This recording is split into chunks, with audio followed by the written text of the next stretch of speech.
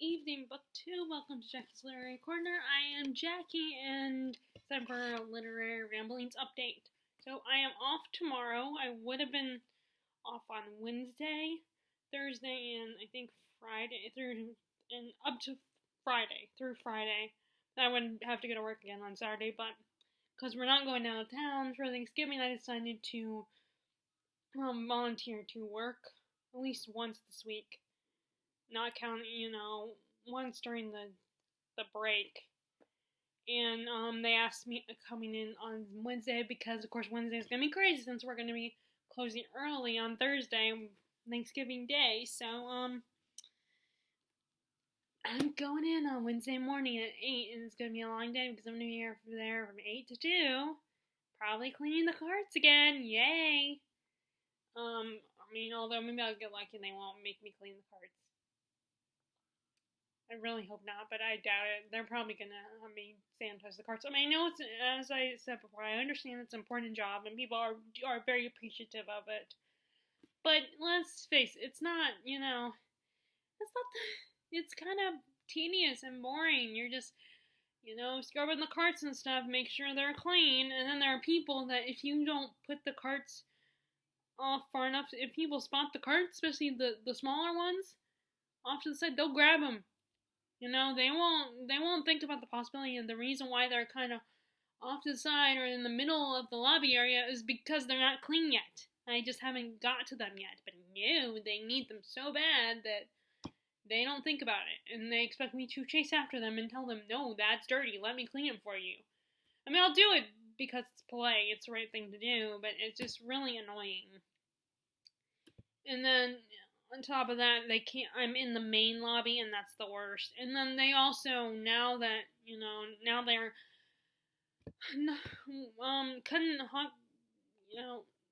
knuckling down on the whole, you can't just sit there and lounge around or lean on or sit on those scooters for the older people or the people that can't walk. Those mechanical scooters that we have, we can't sit on those, or we can't just lean. We have to keep busy, keep doing stuff. So they asked us to clean the glass windows, to vacuum the rugs, to sweep.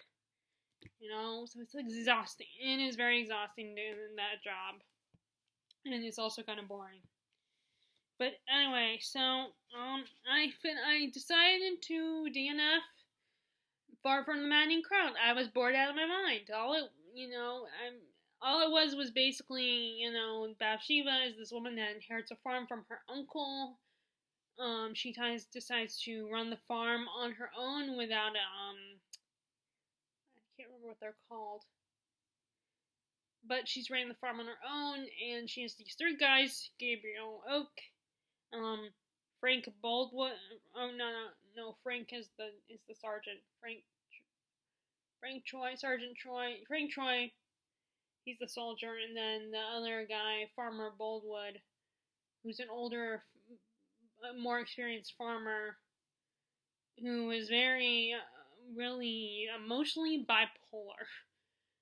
Although I don't know, I don't mean that literally, like his bipolar. Just his emotions are very all over the place.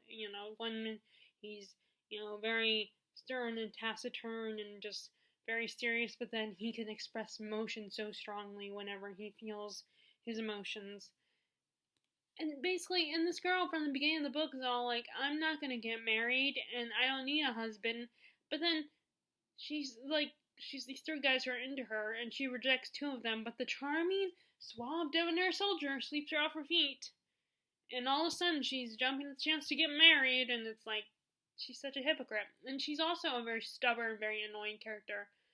And on top of that, now, of course, it isn't just about that. I was just bored with the story. Not a lot was going on. It was just basically Bathsheba flirting with three guys, and she's kind of careless with people's feelings, and to prove her independence and that she doesn't need a man. And then she ends up marrying Sergeant Troy because he's the charming one.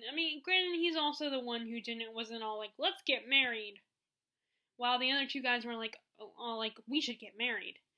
But the other thing that really bugs me is they know nothing about her. They don't know anything about her family. They don't know about her relationship with her uncle, which probably was good because he gave her the farm. They don't know they don't know what her favorite color is, what her favorite food is, what her least favorite food is. They don't know if she has any siblings. They don't know what her relationship with her parents was. They don't know if they don't know if her parents are alive or dead. They don't know like what quirks, what bad habits and quirks that she has, what things and what bad habits annoy her. All they know is that she's stubborn. She's a decent farmer. She's very capable, and she's beautiful. That's all they know.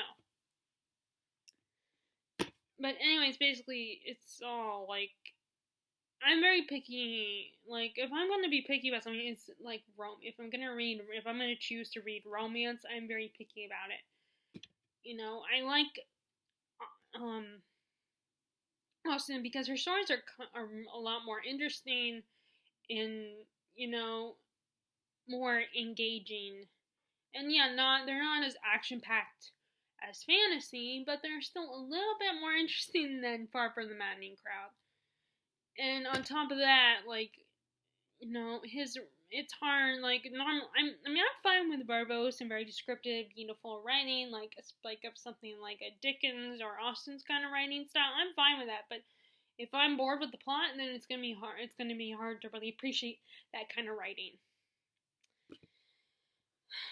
But so I did that, and I decided to, but I did start the audiobooks of the Winter Night trilogy, and I'm currently in book 3. If you guys can't see it. There. Okay, that's better. Book 3, dang it, I just lost it again. Book 3, this is the Winter of the Witch, the third book in the trilogy, the third and final book because it's a trilogy. And this is an older book. It's a few years old now, so I was able to get all the books in the trilogy on audio via audiobook. And I'm really enjoying this trilogy, and it's not super long. The books aren't super long, so I was able to get through it quickly. And it's basically about this girl Vasya, and it's a set in medieval Russian village. The first book is, and Vasya, since she was born, she has had connections to the mythological, spiritual world of the people from her village. But the problem is that her mom had died, and her father has decided to remarry, and he is remarried a woman who's heavily Christian. And she starts converting everybody in the village, but at the cost with help from her priest Constantine, who's all about gung-ho about converting everybody, especially Vasya, because for some reason Vasya is not being easily converted. She's wild, and as she gets older, she's very beautiful and very spirited. Although everyone keeps saying, all the males are like, "Oh, you're not really that beautiful. You're kind of ugly, but you're like a spirit." You know, it kind of makes me think of in Ever After, towards the end of the movie, which actually I think I might watch that one tonight. At the end of the movie, when that one slimy guy is like, I can't, Monsieur Lepew, he's the one who took all their valuable possessions, and he's like, okay, I'll give you back your stuff, but you give me something to return. In return, and the Baroness is desperate to get rid of Danielle so that her daughter stands a chance of getting married to Prince Henry, and so she sells him to her, and now Danielle is a slave to this pervert, this bastard, and the way he has her in chains and stuff, and he's, you know, talking to her, and he's like, "Oh, do say please," and oh, you know, and he compares her to a horse. As a horse I had a horse that was stubborn like you, and he's, you know, and is like, you know, and saying that the horse needs to be broken. He was comparing her to a wild horse that needs to be broken. And it reminded me of Vasya and how a lot of men treat her. She's too wild, and she must be tamed and controlled. She must be broken. and she's not having any of that. The problem is the society that they live in won't let her be free and be herself. But anyway, so with her connection to the spirit world, she has a connection to the demon king, Frost King or whatever. I don't know what, Winter King or whatever. They refer to him as a demon.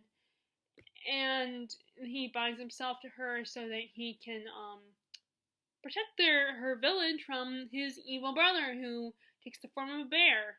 But his brother uses the priest Constantine to get to her people, and Constantine thinks he's talking to God. Sorry, that was a really poor description, not very succinct, but it's definitely better than what I put on Goodreads. I think better than my Goodreads reviews of this trilogy. And the second book expands the world. She's in Moscow in that book, and kind of has to disguise herself as a boy because the world does not treat kindly to girls. And she kind of gets mixed up in the politics of the world, and along with having to fight, sorcerers and all. And then the third one, she's been separated from her family again, and that's all I'm gonna say. And it's a really fun and whimsical trilogy. It feels like a fairy tale. I mean, I don't know if that's a talent or something, or if that could easily be done. I don't know, but it's amazing how there are authors that I read that maybe because it's meant to be that way. Or maybe because by the description of what it's about. But there's some authors that are really good at giving a story like this a fairy tale or a folk tale feel to it. And that one, this trilogy does, along with story like Naomi Novak's, Spinning Silver, and Uprooted. They also feel very fairy tale-esque. And I would love to try that. As I said in one of my last videos, I wanted to do, or maybe I only think I said that in my last video, and really I just said that while talking to Terry from Florida. But I always wanted to do kind of my own Rumpelstiltskin retelling, because of course people are tired of Beauty and the Beast. And Beauty and the Beast and Rumpelstiltskin are my two favorites. And I would love to do a Rumpelstiltskin retelling.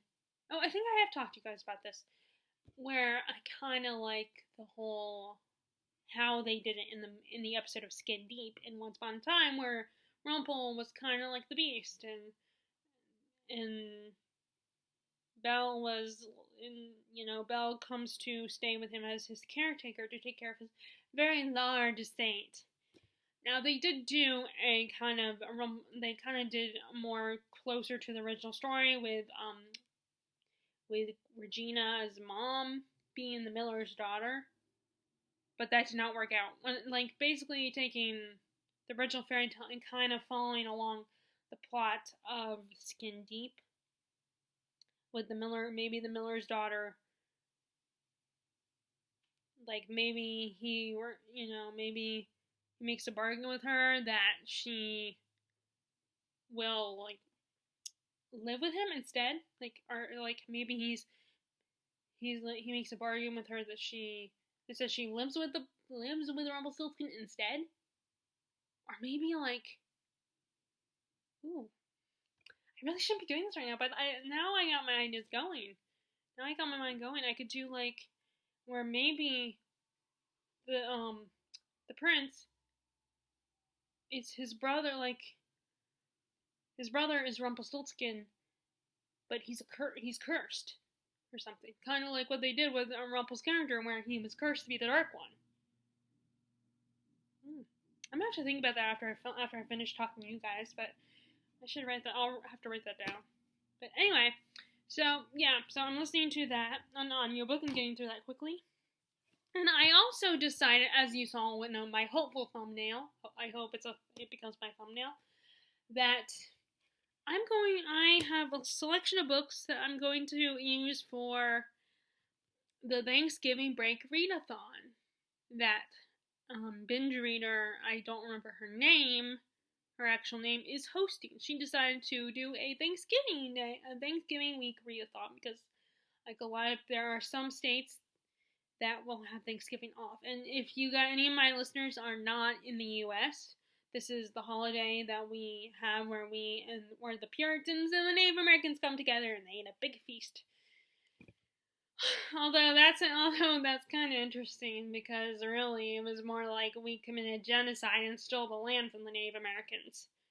And my favorite version that basically points them out is in the Addams Family Values, when Wednesday and Pugsley are sent to camp because their parents are led to believe by the nanny, I can't remember her name, Joan Cusack's character, that they want to go to camp.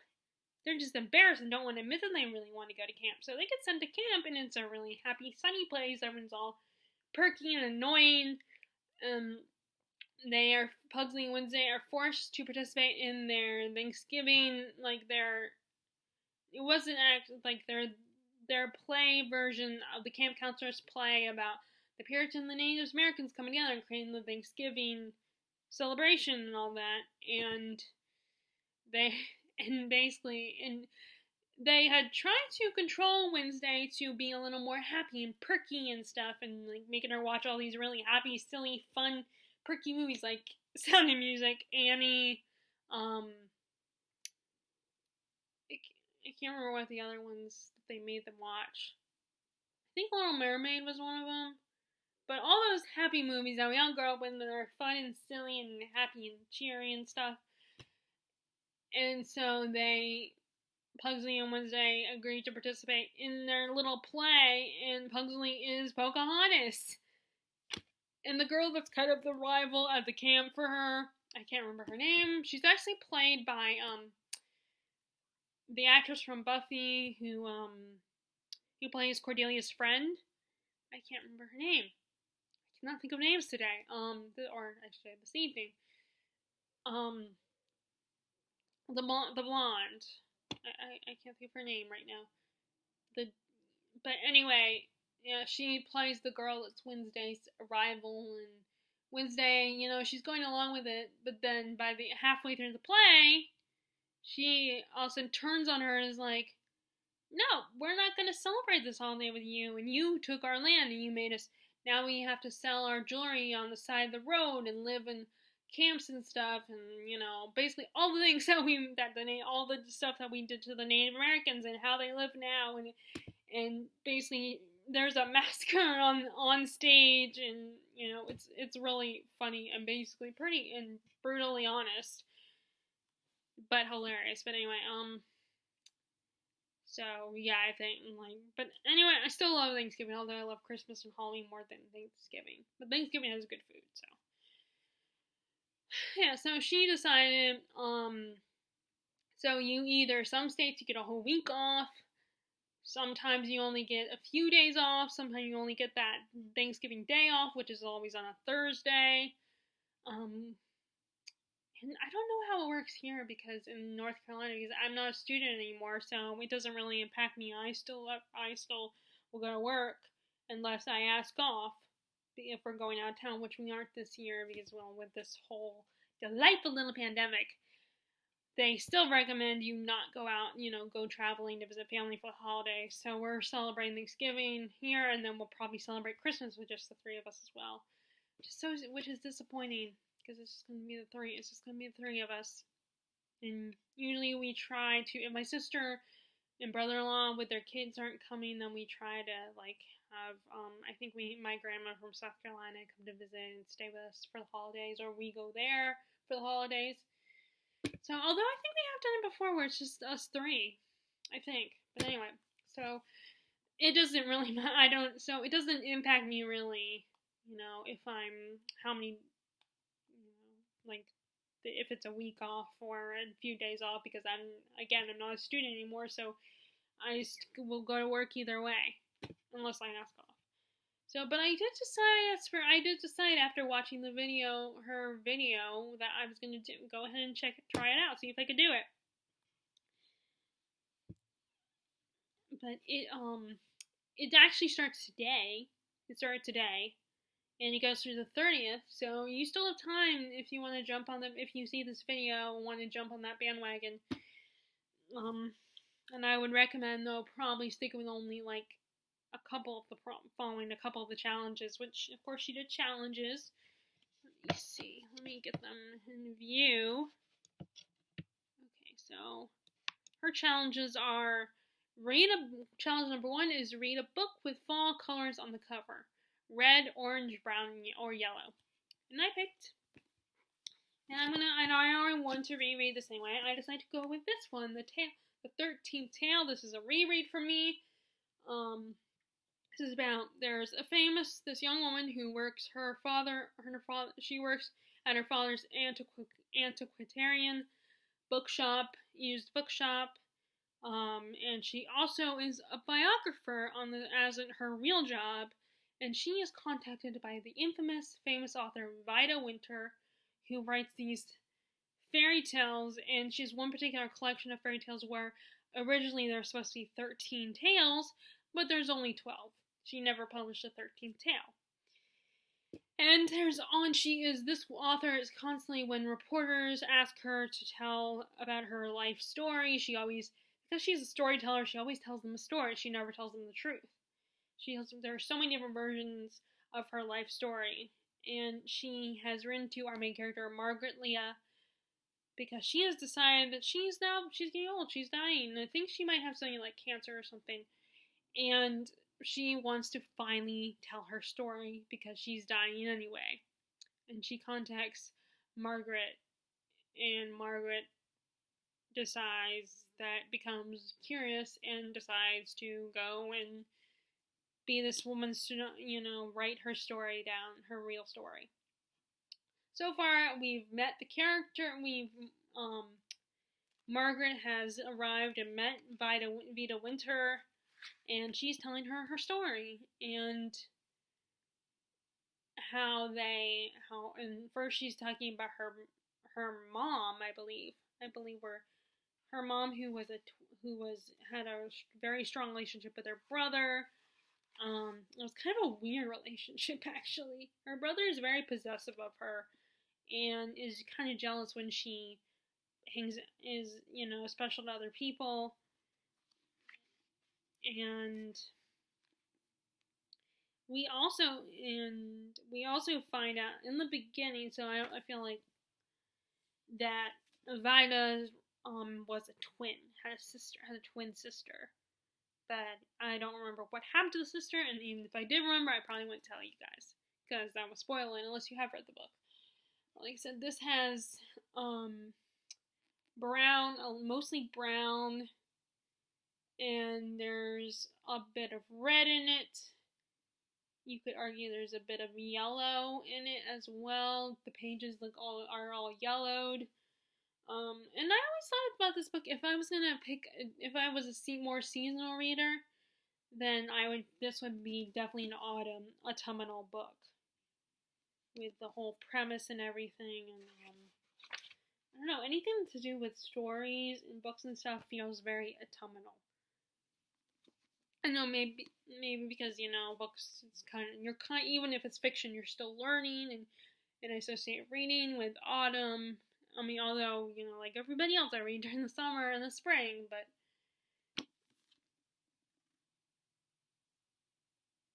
and this has a book guide in the back. But this was her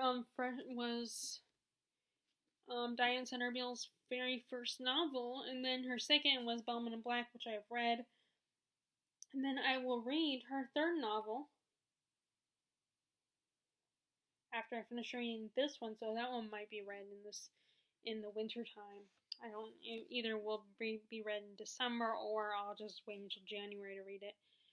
But yeah, so this is for the color prompt, and then actually I'm using the Winter Night trilogy also for this readathon, and that will be applied to the prompt. Read a book. Read a book with family or travel at its core. And our main character travels throughout the trilogy, And it's also, it has romance in it, but I think it really also about her relationship, not just with this the mythical world that her people once believed in, but also her family, her siblings. She has a lot of siblings, and then her dad and her mom and her grandmother. They all are gone. Her Duna, her nurse nanny. I think it's about her relationship with her family. So it's a bit unconventional, although they are biological family, but it's not like contemporary. So I thought I would go ahead and use that because I do feel like it's about Valstian's relationship with their family and the bonds that they share, and their loyalties, their bonds and loyalty is constantly being tested throughout this trilogy. And then also I picked. Okay, so now I don't know how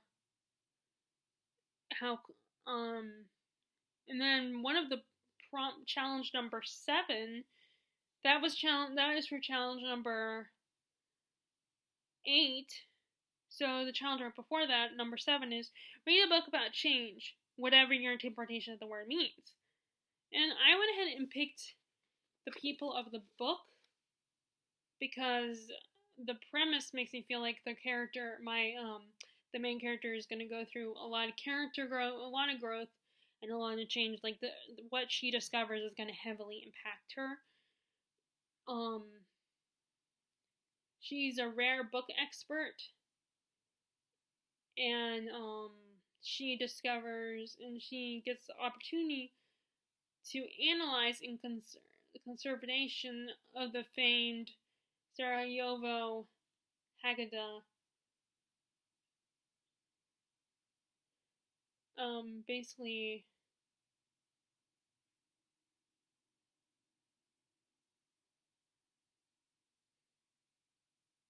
this rare book, and that was left during the Bosnian War, and it's a Jewish volume. And she discovers these artifacts in the binding of the book, and she begins to discover the book's mysteries. So I imagine our character is going to go through a lot of change through this experience discovering this special book. So I feel like change can be anything. Like change can be like literally changing, a physical transformation kind of change, or your change emotionally, or metaphorically. And I'm going with more of the metaphorical changes than the literal. Besides, I wanted to read this book anyway. I was debating about waiting, but I need to get this. I want to get this one, done. And not that I want to rush the book, but I just want to have an excuse to just get it read now instead of waiting. And in case, in case I decide that, as much as I enjoyed it, I don't need to keep it, well, then I can get rid of it. I can, now that I've read it, I can get rid of it. Because I am tired, I feel really bad, and I'm tired of, buying books and then feeling all of a sudden the pressure to remove books from my shelf to be donated, and then donating books that I've lost interest in and I didn't even bother to read. I know nothing's wrong with that, or it's not a crime or anything, but I feel guilty, and at that point, though, I also don't have a desire to read the book either, but I still feel guilty, so I feel like, okay, let me just try to break that habit, so. And I bought this one during one of my more recent visits.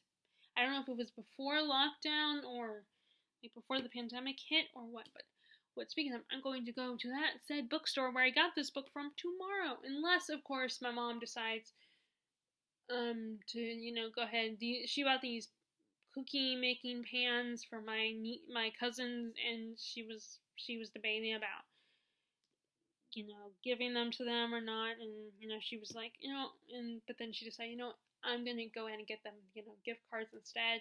Because for some people it's kind of hard to shop if you don't hang out with them 24/7. It's kind of hard to know what they would really appreciate. So she's going to, and those these cooking pans were not cheap, so, and she didn't get a discount on them, so she was and basically has decided that she's going to take them back at some point. And I might go with her, and it will depend. She might wait until Wednesday, the day I work. Or I might, I don't know, I might change my mind. I mentioned that I wanted to go with her, but I do kind of want to go to the Roast Office Bookshop. So, I don't know. Okay, so the last one is read a book. So this next one I'm using for the prompt, it's a little bit of a cheat because there's one letter it doesn't have. But it's basically read a book with letters THANKS in the title. And I picked The Historian by Elizabeth Kostova, I don't know. It has most of the letters with the exception of the K, unless you count her last name, so that's where the she is. So if I have to have, which I don't think, like Sam from Thoughts and Tomes in her readathon, tome topple, which I think I totally failed at. I think it's over now, so it's too late. But her readathon tome topple, she's like, the one rule is read books 500 pages plus 500 pages plus more, and she's not gonna, if you don't read, if it's not exactly 500 pages, then it's not like she's gonna go get mad at us if we don't read exactly 500 plus or more pages.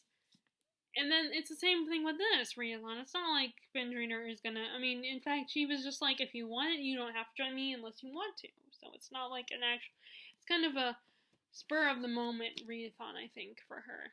And I don't know, maybe I guess maybe she's thinking, it will be a good time to get some reading done and go ahead and knock some books out and read them. So, she's not gonna, basically, I don't think she's gonna, if I don't have all the letters, I don't think she's gonna be like, how dare you, you have to have all the letters, I don't think she's gonna, because I didn't, it's like not a big deal. Readathons are supposed to be fun, so it's like, don't put pressure on yourself. So this is, I didn't realize that, but actually this,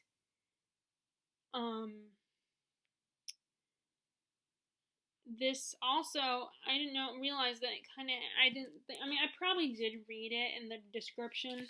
I just forgot or glazed over it a little bit, but I didn't realize that this involves Dracula. Or I'd forgot that this involves Dracula.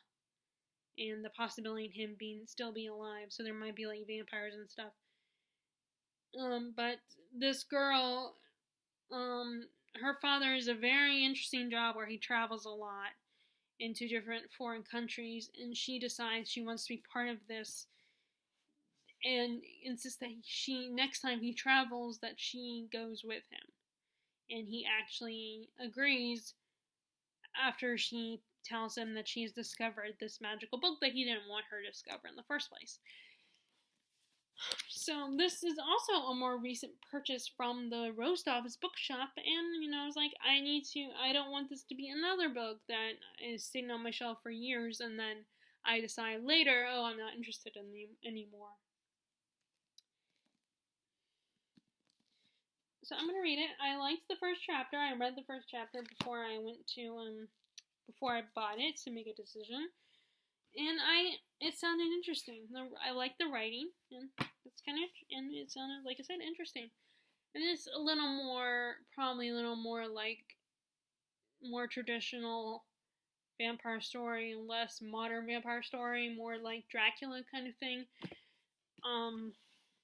Without the diaries and journals and stuff like that. Okay, so this I'm also currently reading, which has nothing to do with this readathon, but I had started it, I'm currently reading Valor, and I don't know how it applies to unless I just decide to have it apply to read the bonus one, which is read a book in your favorite cozy spot. But I think it'll be better if I just combine and just use one of these books for that prompt. It's just I'm also reading this book at the same time, and I don't know how I could apply it to the other prompts. I mean, unless maybe it takes place in autumn, or there's no leaves on the cover, there's no food. If it takes place during autumn time, then maybe I could use it for that. But anyway, so let me go ahead and read the rest of the prompts. Okay, after the read a book with the letters THANKS in the title, challenge number 3 is to read a book set in autumn, and I don't know about that one. I'm going to continue to try looking for that one. Read a book with leaves on the cover. That's challenge number 4. Read a book with food on the cover. The main theme of the book is about food. And then I'm probably not gonna find that one. And then challenge number 6, the other one I didn't mention, was read a book that cost you some gravy. That was pretty expensive. I think that's like an expression for basically a book that's expensive. And I will have to go through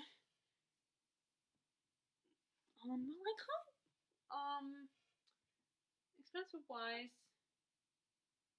I have a few options. Like, I can either go with one of my hardback books that I did not get off of one of the hardback books I got from Books A Million, or I could go for my vintage classics of Anna Karenina, but none of them I will finish. Unless, like, I could potentially finish. Or the regular paperbacks. Some of the regular paperbacks could work. Because some of them did cost something. But, like, I have a meaning to read Cursed. And it's also orange, too, so it could apply to the cover book with autumnal colors on it. But, like I said, I'm going with 13th Tale for that one. Now, I don't know about any books that take place during autumn.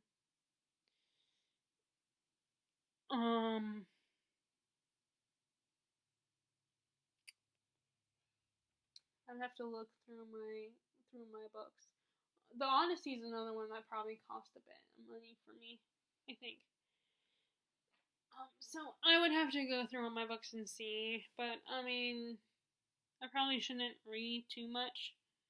I shouldn't pick too many books. I mean, what I really should do with these kinds of readathons is just see, instead of picking books ahead of time, I should pick books that are like as I go along, as I finish books, and just look at the prompts as I go along and then decide. Because, like, I feel like when I plan too far in advance, it kind of messes me up, because then when the time comes, all of a sudden I'm no longer interested, or I'm, alright, like, I change my mind and be like, I want to read this book instead.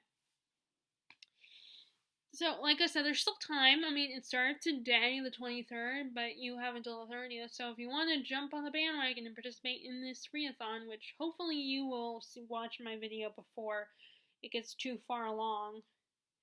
But if you want to, go ahead and jump on the bandwagon and participate in this readathon. It should be kind of fun.